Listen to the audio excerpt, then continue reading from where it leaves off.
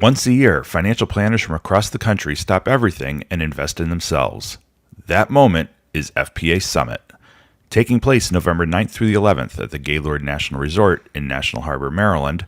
It's where you'll experience incredible speakers, real strategies, and real connections. Find out more and register at fpasummit.org. Registration closes October 23rd. We hope to see you there.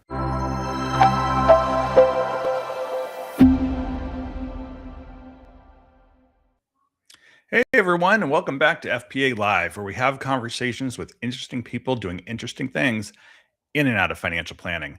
I'm Ben Lewis from the Financial Planning Association, and I want to ask you something before we get started today. Think about the last prospect meeting you walked out of feeling good about, where you connected, you answered every question, you knew you could help them, and then nothing. They never called back, they went somewhere else, or they just disappeared. Does that sound familiar? But here's the thing, that's not usually a competence problem, it's a conversation problem. And today's guest has spent his career helping financial planners understand the difference. Derek Kinney is a best-selling author, a nationally recognized client conversation expert, and a familiar face on Fox, CNBC, and Yahoo Finance. And he's worked with planners across the country on one deceptively simple premise that the words you choose and the questions you ask matter as much as any financial plan you'll ever build. And here's why the conversation matters right now. The financial advisory space is more competitive than it has ever been. Clients have more choices, more access to information, and less patience for planners who talk at them rather than listening to them. The technical side of this profession has never been stronger, but the human side, the side that happens in the first meeting, in the moments before someone decides to trust you with their financial life, that's where opportunities are won and lost every day. Derek has identified 10 conversation mistakes that are costing financial planners clients right now. And the good news, every single one of them is fixable. Today, we're going to find out how. So let me go ahead and bring in my friend Derek Kinney. Derek, how are you? Ben, it's great to be with you. I am so pumped about this conversation. Thank you for having me. I'm equally thrilled. I was, people didn't see Derek and I talking beforehand, and we have had this on the calendar now for like 3 months.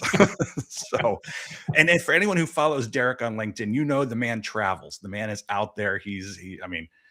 I've never seen anybody as visible on LinkedIn as you are. And I know you're at all these different events and everything. So the fact that you carved out a little bit of time to join us today on FPA Live, I really appreciate it. When Ben asks, I simply say, how high do I jump? That's my motto. I appreciate that. I got to have you talk to my wife or my kids. I've got teenage daughters, right. so I can have you talk to them.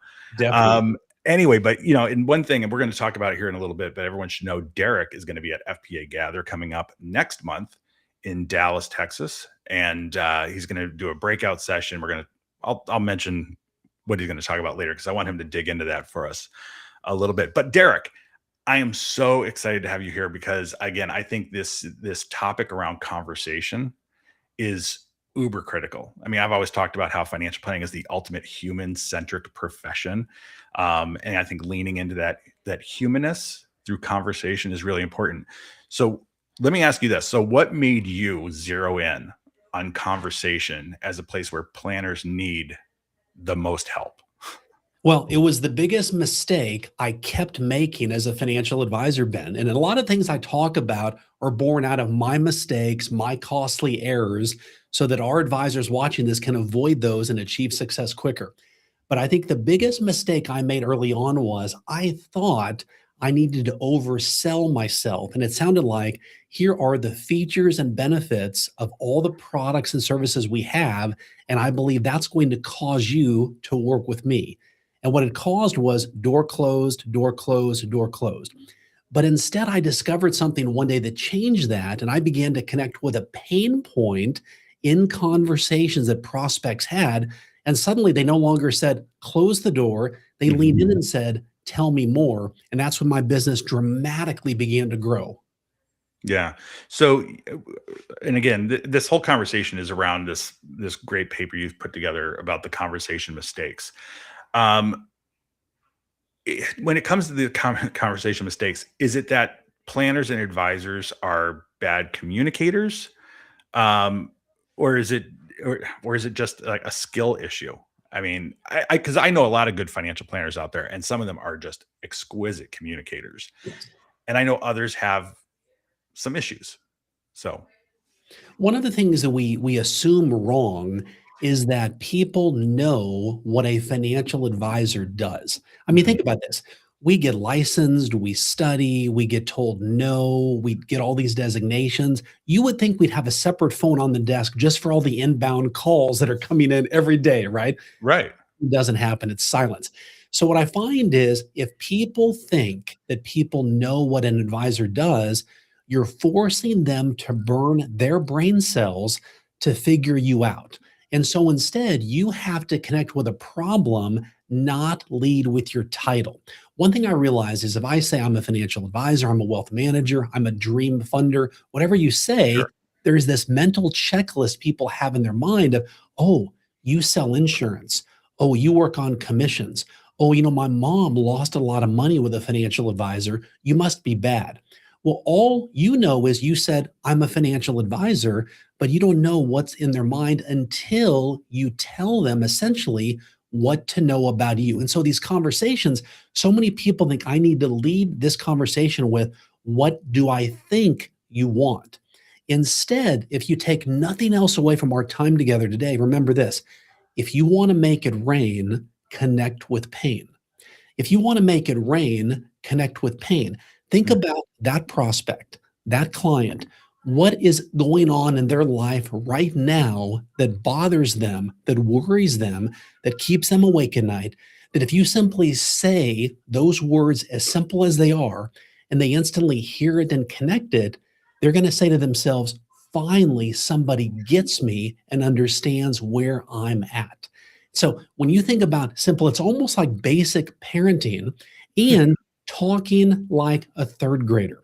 So many advisors, and I'm guilty. I am guilty as charged here, Ben.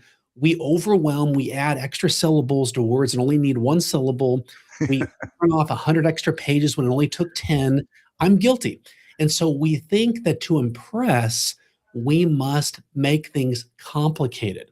What I find is, though, the most successful people, the executives, the business owners, the founders, even the parents want simplicity. They will pay money for simplicity. If you can take complexity and make it simplicity, you will lead to higher profitability. yeah.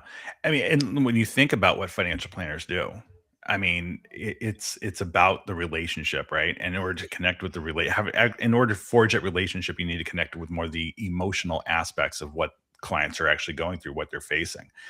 And, think about a lot of the things that we're doing here at FPA on, mastering the behavioral skills of being a financial planner. It's less about the competence skills; it's more about the behavioral skills. Um, so yeah, I mean, I think that this connecting emotionally is how you actually drive that engagement, maybe make those conversions, getting a prospect to actually say, "Ah, this is somebody I got to work with." Yeah, and one of the things, one of the things that I teach is in a social setting, the key is to connect with somebody with a pain point they instantly understand.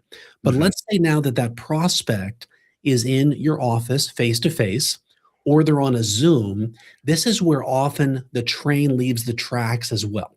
Typically, you want to engage them, ask some personal questions. Hey, are you from whatever city that you're in? Hey, out of curiosity, what do you like to do for fun?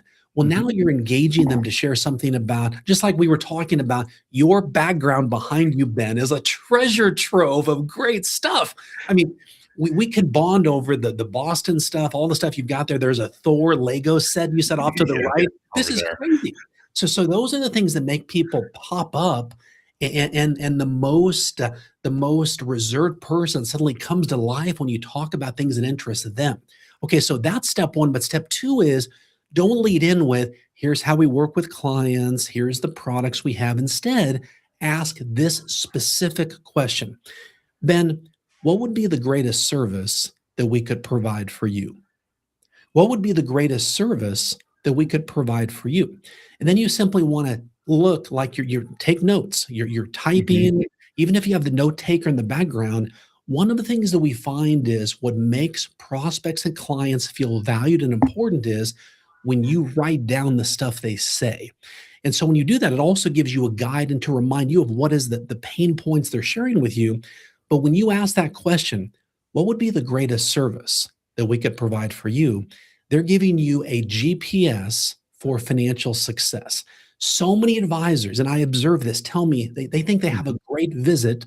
And I'll tell you why I use the word visit and not meeting in just a moment. They have this great visit, people shake their hands, they leave, they think this is my next best client, but they realize they didn't build concern. They didn't take out their shovel of worry and dig it in the dirt at the beginning to make sure there was a concern. And so some people may respond to that question with, my CPA said I should meet with you, or so and so referred me. And many advisors simply go on to the next thing. You want to camp there until they're articulating clearly to you, this is my problem and this is what I need help with. Until you get there, don't leave there. That is very, very important. Yeah. So look, I want to dig into a few of Uh-huh. the conversation mistakes here in a minute. What does it cost a planner when they get these conversations wrong? I mean, obviously, it could cost you a potential client, prospect converting to client, but what else can it cost a planner advisor? Well, Ben, this is going to sound funny, but it's going to cost you lots of irritation and regret. Because here's what you're going to say. You're going to say to yourself, I know I am better than that advisor. Why are they working with them? And they should be working with me. And it's going to keep you awake at night and cause you unnecessary frustration. So, what it does though is it could cost you that relationship, but it also could cost you an entire generation of impact that you have. Literally, if you don't get them as that client, and as I like to say, if you don't stir the problem, but you solve the problem, you literally are solving every prospect problem in that initial visit. And they leave thinking that you've now taken care of them and they don't become a client. Their lives could be altered. Their kids, their grandkids, their parents, their friends, Hmm. literally how you handle each prospect visit is like a seed investment in what could be the next biggest growth company in the world. Because your conversations, those words are like seeds that you're carefully planting in the ground, that if you plant them well and plant them wisely, can blossom into new relationships that can refer you and refer you and refer you. But more importantly than that, my job, I love watching movies, and but typically the end of these movies is there's always regret. The hero laments, if only I had done this, if only I had done this. I want to make sure as the advisor that you look back and say, I lived every day with meaning and purpose. And the best way to do that is using the right words to connect with people emotionally. I call myself an anti regret specialist. I want to make sure that when you leave every prospect visit, you laid every word appropriate on the field to make sure they felt heard and valued. And that's typically going to become your next best client. I love that. All right, I want to dig into a few of and what I'll do is for everybody, we're going to put a link into the upcoming social posts with the clips and everything to the 10 conversation mistakes that Derek has outlined. So I want to make sure everybody knows that. We only have time for today to dig into a few other of the specific ones. First of all, the one on what is the service I can provide? I love that one. You make a counterintuitive argument though that financial planners should agitate a problem rather than rush to solve it. Walk us through that a little bit. Yeah, this is probably my least popular talk point. Often I feel like there's going to be fruit or coffee mugs thrown at me from the stage. So, one of the things that advisors are naturally good at is solving problems. I mean, if you think about it, whether it's your spouse, and this can get you in trouble sometimes when you try to solve the problem and not ask the right questions. I've lived this myself. My wife and I have this constant discussion. But when you think about what are the things that you do as an advisor, you want to help people. But what I find is, and this has proven to be true, is the only problem that you should solve in the initial prospect visit is in the prospect's mind. Do you have the ability to solve their problems? And so, Mhm. what I like to say is the moment that you're thinking about, well, you need to do the Roth or the traditional, or here's this strategy, you simply want to say the words, Is that something you'd like my help with? Is that something you'd like my help with? And then the second question is, what concerns you the most about that? And what Mhm. worries you about that? What would happen if you don't solve that? Is that something you'd like my help with? And then on your keyboard, type would like my help with not running out of money, or Sure. on your notepad. So they see you writing down those concerns. And the key here is you want to make sure that you're connecting with their pain points, never assuming that you know what they want unless they tell you what they want. I love that. Okay, so another one is the specialist versus generalist distinction. All right, so and that comes up in your framework. Financial planners are often, they often feel like they need to be everything to everyone. How do you get comfortable? How can they get more comfortable with maybe going a little bit more narrow in these conversations? Yeah, and I might even do this at Gather in Dallas. I'm tipping my hat a bit here, but on stage, I will typically hold up Hershey's chocolate and Godiva chocolate. And the question I have for all of the listeners is, if you were going to give the gift of chocolate to someone in your family who loves chocolate, which gift would cause them most likely to say, "You must care about me more"? The Hershey bar or the box of Godiva chocolate? And most people say, well, the Godiva chocolate. And so I go to Target on the way before every speaking gig and buy chocolate. And I love the candy aisle, because the Hershey's is $7, Godiva is $20, $3 more. Now the taste is probably the same, but what difference is the packaging and the perception of the Godiva. And so the question straight up for everyone listening right now, I want to hit you right between the eyes. In your local community, do your clients and your prospects see you as the Hershey bar advisor? You look and sound like everybody else, or are you the Godiva chocolate advisor? You are the specialist. And so there's three things we know when you go to see a specialist, Ben. Let's say that somebody needed to have a delicate medical procedure done on their heart. Hmm. Would the first thought be, well, I'm going to go to my general practitioner who knows a little bit about a lot? Or would you say, I'm going to go to the heart specialist who all they work on is hearts 24/7? I mean, who would you go to?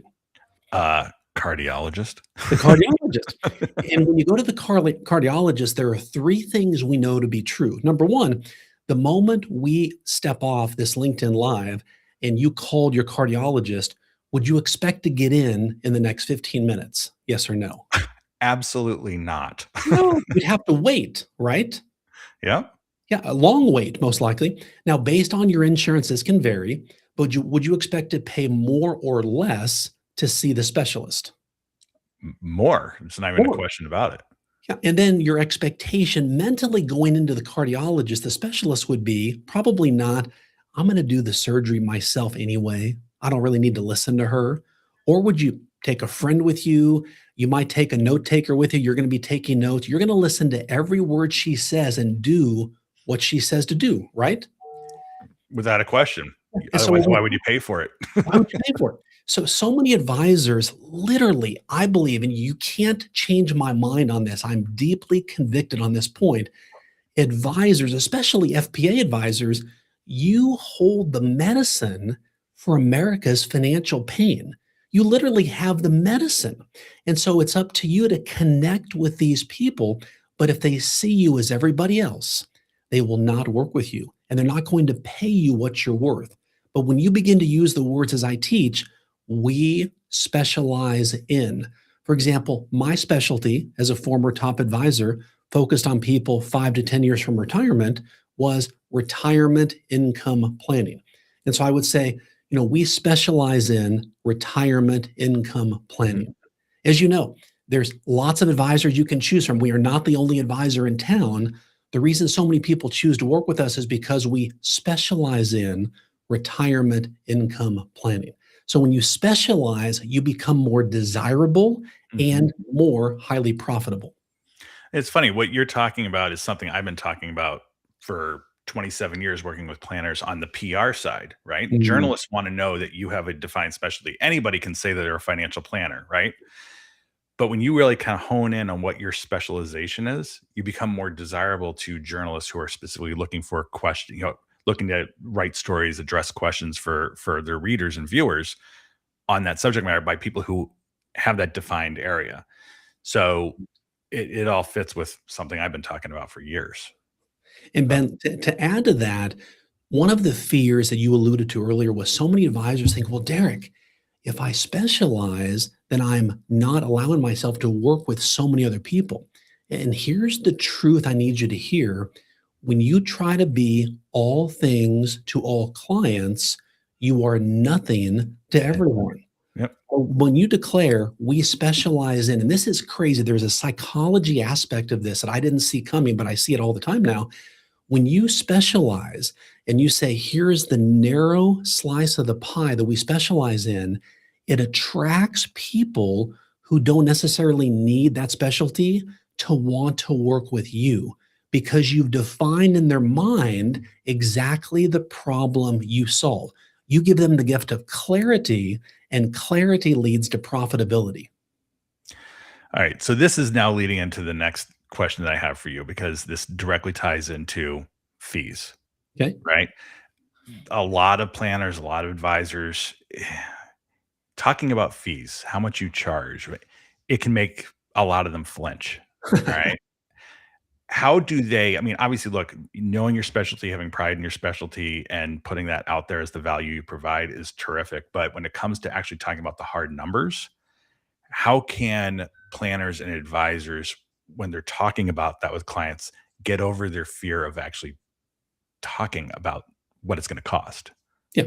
Think about this, and this will shock many people here, but when you charge too low of a fee, the fee that you think will make it easy to work with me or make it easy to say yes, oftentimes when we ask people after the fact, low fees cause suspicion in the minds of the prospect because they think, what, you're only $200 an hour, or it's only going to cost $1,000 for a financial plan? In Mhm. their mind, they associated the value here, but when you price it here, that gap is called suspicion.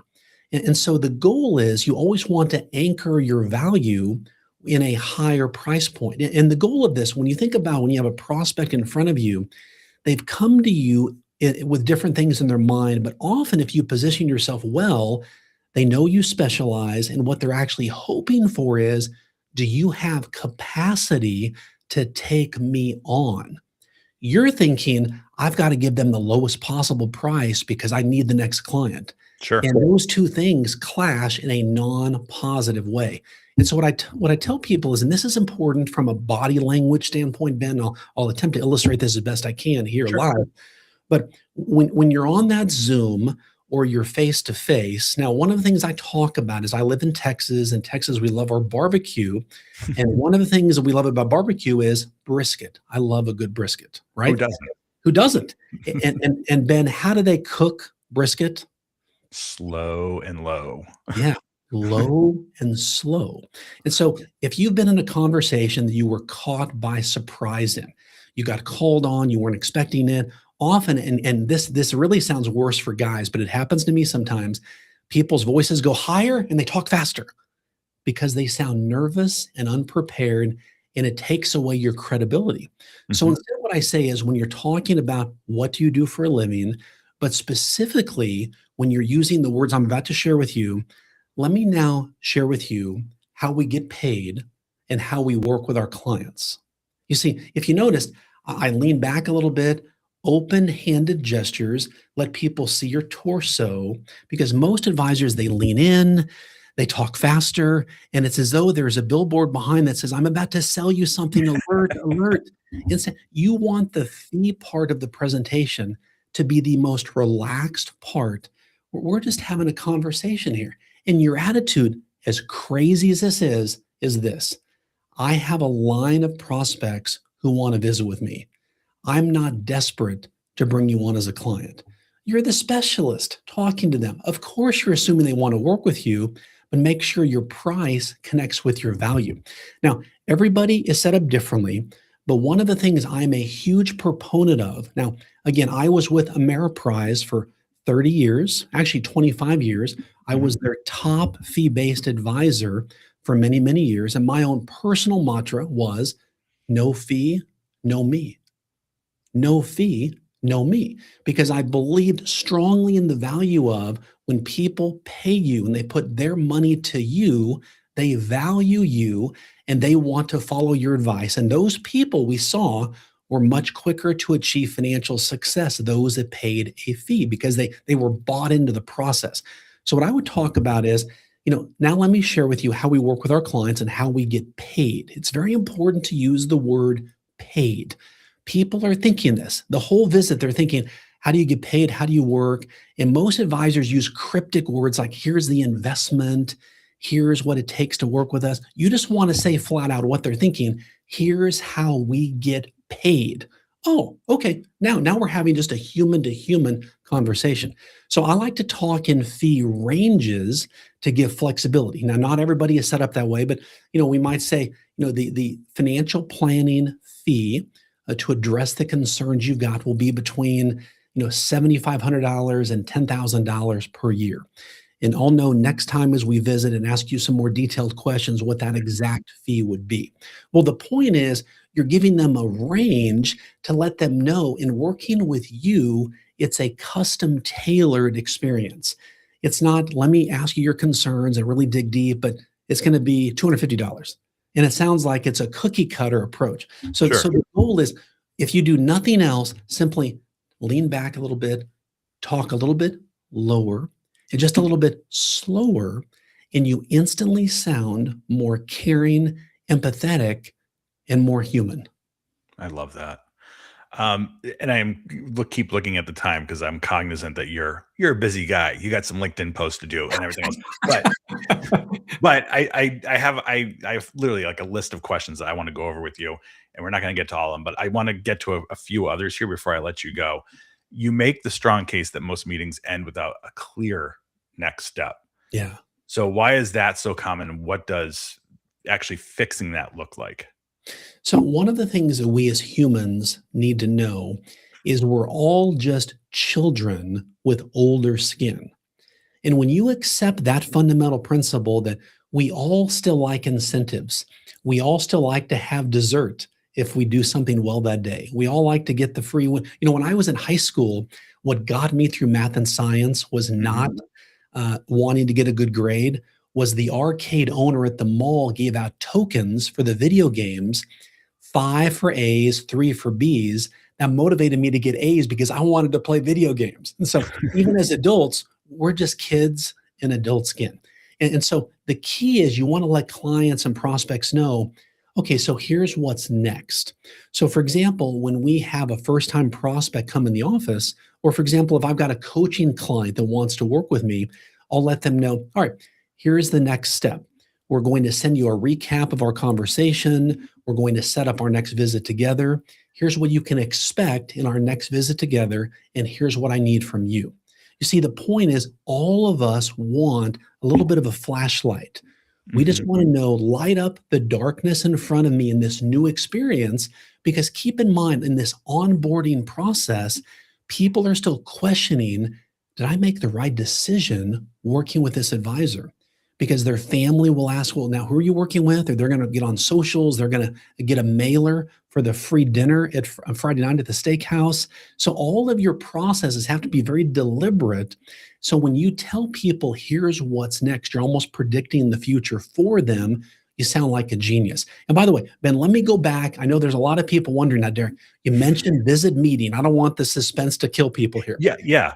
Okay, I need to close that circle to make sure we add value. So many people use the word meeting, as did I.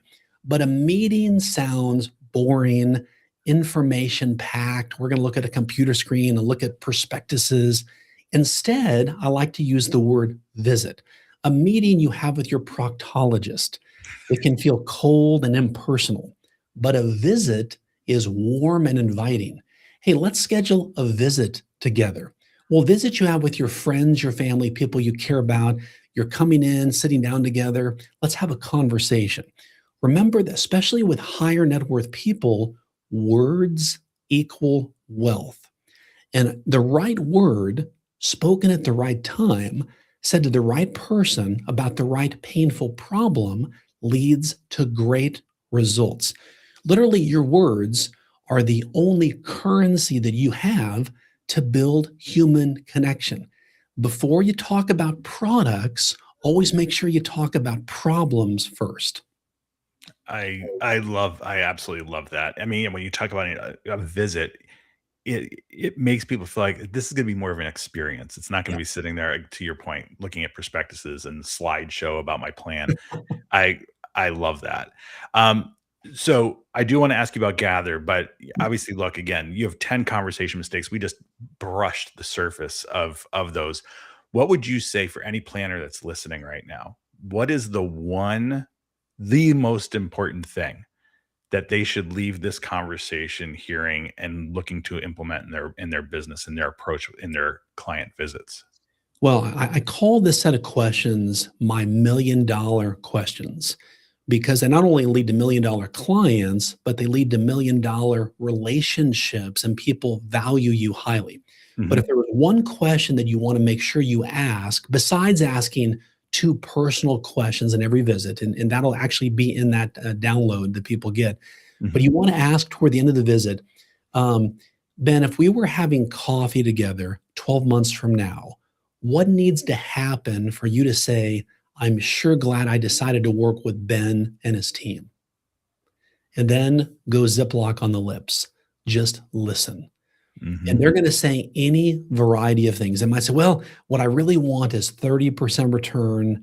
I really want to have a plan for my life, whatever they say. And then you just let them say it. And what I find is, and please don't miss this, because wealthy people have way too many yes people in their lives. What they're craving is no people who have their best interest. So if somebody were to say to me now, I just want 30% return, I would say to them, "Hey, I need to address this with you right off the bat. We are probably not the best firm for you.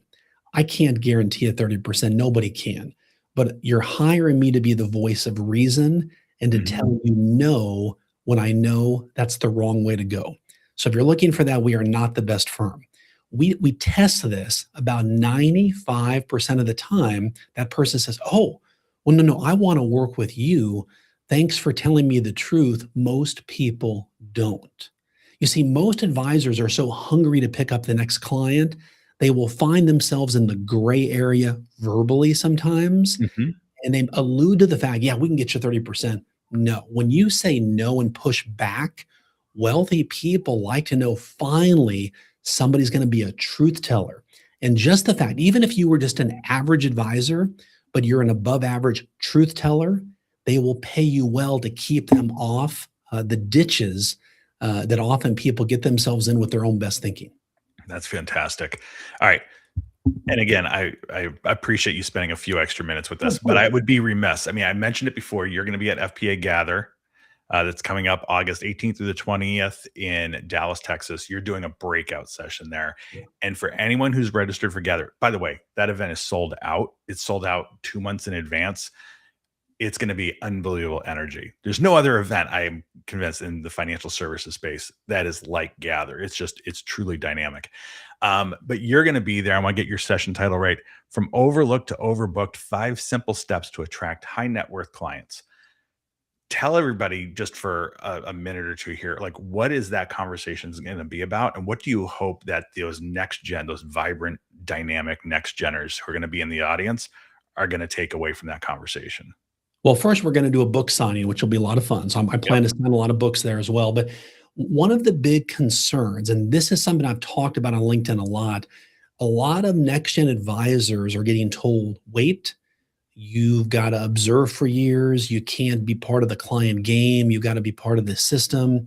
And I'm really pushing back on that. I believe that age is your superpower, not a liability. I'm going to tell you a quick story, Ben. I know we're Yeah. tied on time here. I had a couple months ago a top advisor, a name you'd recognize in the country, call me and say, Derek, my 24-year-old advisor who I want to attract high net worth clients is struggling. I need to call in a favor. Can you help her? And he said she's not only struggling to attract high net worth clients, She's struggling to attract any clients. I set up a call with her and I said, "Tell me what's happening." And she began to tell me. And what she said really shocked me. She said, "Derek, when I talk to people, it's as though they're judging me. I feel judged based on my age. It's almost like they're thinking, are you even old enough to invest money?" Okay. Yeah. And I mean, this was like crushing her confidence as a real deal. I'd never heard anybody articulate it as well as she did. And I said, "Tell me what you say when someone asks you, what do you do?"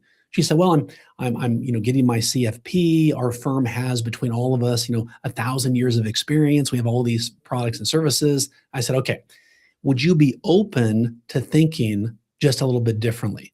She said, "Derek, I have nothing to lose." Okay, so this was on a Thursday morning, and they had found this event for their client base on Friday night. Primarily, the practice worked with founders and business owners. Okay. I said, Hmm. "Okay, let's practice some dialogues to prepare you and give you confidence and test them out. And let's see what happens. And then call me back and let's go through it." So I get a call. Actually, it was Saturday morning. I gave her my cell. I said, "Call me Saturday morning. I can't wait to hear what happens." So she said, "Derek, a guy approached me." She said, "He's probably 55." And he asked casually, "Hey, so what do you do?" And she was like, "Okay, Derek, what did Derek say? Just don't mess this up." And she said, "You know how so many successful founders, what keeps them awake at night is the thought of what they've worked so hard to build. Their kids are not going to know what to do with it, and the business is going to go down. We help them fix that." She said, "The guy's eyes got as big as saucers, Derek." He was like, he paused. He was like, "That's exactly my worry." She said, "It's funny. You probably wonder how old I am. I'm 24.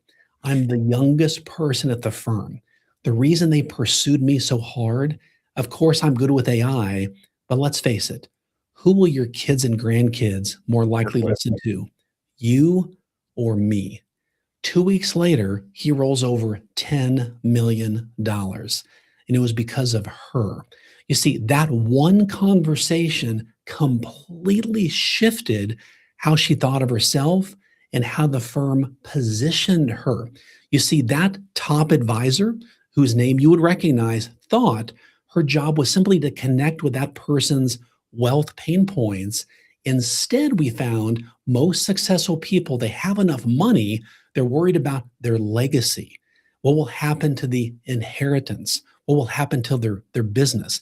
So bringing these young people in instantly, like instantly as part of the relationship as a value add, and working with these kids and grandkids, teaching them, mentoring them, engaging them is going to be the key. And so that conversation brought validity to her uncertainty. And so that's what I'm going to touch on at this event. I mean, it's going to be a fresh message, and it's going to be one people can walk away with and say, "Oh my gosh, as a young advisor, I have a super freaking power to help grow this business and attract more clients." That's amazing, and I love that story because it really highlights yeah, the conversation, what you say and how you say it, it's all important, Yeah, but it's also a mindset shift. that's You right. have to really have to understand your own value and really be able to internalize it and communicate it. So that's fantastic. I can't wait for people to see you in action at Gather. Thank It's going to be fantastic. Before I let you go, I need to ask. I mentioned this before. You are the king of LinkedIn. Obviously, that's one way that people can connect with you. How else can people reach out to Derek Kinney? How can they get in contact with you if they're interested in exploring more about what you do, how you can help them? Yeah, yeah. So LinkedIn is the primary. That's where most of the coaching requests that we get, speaking, even enterprise level training, it's all about human connection. These firms right now, they realize they've got the products, they've got the tools, but they need to teach their advisors how to attract more clients to Mhm. turn AOI, or to turn AI into ROI rather. So go to LinkedIn is the best way. Also, Instagram, we're building a presence there. But if people want to subscribe to our weekly newsletter, you can also, even to this post, just put newsletter in the DM and we'll add you to that as well. That's fantastic. Derek Kinney, my friend, thank you so much for spending a little bit of time with us here on FPA Live. Again, I can't wait to see you in just 5 weeks or so in Dallas for your amazing talk. So, again, anyone who's going to be in Dallas, make sure you stop by Derek's breakout. It's going to be fantastic. And again, thank you for taking the time today. I appreciate it. Loved it, Ben. Thanks for having me. All right. Thanks, Derek. Okay, let me let Derek go here and I'll close everything out. Again, everyone, Derek Kinney, just go to LinkedIn, type in Derek Kinney, and you're going to see a million different posts by Derek. I mean, I've never seen anybody travel as much as Derek. He's so well connected. And again, his insights, as you can hear, are absolutely fantastic. So definitely take a look at Derek. The other thing I want to mention is that all of our FPA Live episodes are available at fpahub.org. It's all right there, fpahub.org. This conversation with Derek will be on FPA Hub literally in like the next 24, 48 hours. And we'll be sharing various clips of this via social here over the next few days. So thank you all for taking the time to join us today on FPA Live. And I'll look forward to seeing you right here on LinkedIn next time.